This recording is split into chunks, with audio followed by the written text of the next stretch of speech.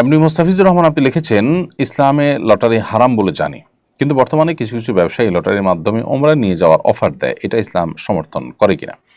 ইসলামের সাধারণভাবে লটারি হারাম এমনটি মনে করবার কোনো কারণ নেই, বরং এটা সঠিক ধারণা নয়। যেই লটারিতে জুয়া থাকে সেটা হারাম, মূলত জুয়াটা হারাম, লটারিটা মূল বিষয় নয়। কিছু কিছু লটারি আছে যেগুলো মূলত জুয়া, সেটা হারাম। যেমন সবাই 10 টাকা 10 টাকা করে ধরলো এবং লটারি করা হলো, যার দিকে কাটা গেল তিনি সবার টাকাটা পেয়ে গেলেন, এটা জুয়া। তো এটা হারাম। এর বাইরে কোনো ব্যক্তি কোনো সিদ্ধান্ত নিতে গিয়ে, ধরুন একটা বিল্ডিংয়ে 10 জন শেয়ার হোল্ডার, 10 জন 10টা ফ্ল্যাট ভাগ করে নেবেন, এটা লটারি করে নিলেন এবং লটারির পরও কম বেশি যেটা থাকবে সেটা মিনিমাইজ করার জন্য তারা কোনো একটা ফিগার ঠিক করলেন যাতে কারোর অধিকার নষ্ট না হয়।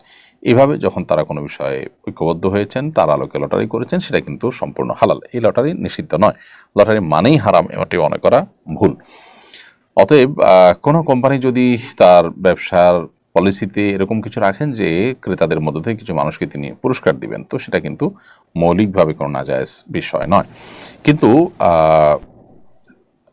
আমাদের মনে রাখতে হবে যে পুরস্কার দেওয়ার জন্য ব্যবসায়ীরা কাস্টমারদেরকে যে অফার দিবেন, সেখানে আলাদা কোনো টাকা ওই কম্পিটিশনের জন্য নিতে পারবেন না। অর্থাৎ কম্পিটিশনে শরিক হওয়ার জন্য টাকা দিবেন, তারপরে সেখান থেকে পুরস্কার পাওয়ার সম্ভাবনা থাকবে, এটা হলে দিন শেষে সেটাও কিন্তু জুয়াই হবে। এজন্য ওইটা না যায়। এমনিতে যারা কিনবেন, ক্রেতাদের মধ্য থেকে কিছু মানুষকে লটারি দেওয়া হলো, কোনো টাকা তাদের লটারিতে অংশগ্রহণ করার জন্য আলাদা যদি দেওয়া না লাগে, তাহলে এটা জায়েজ আছে।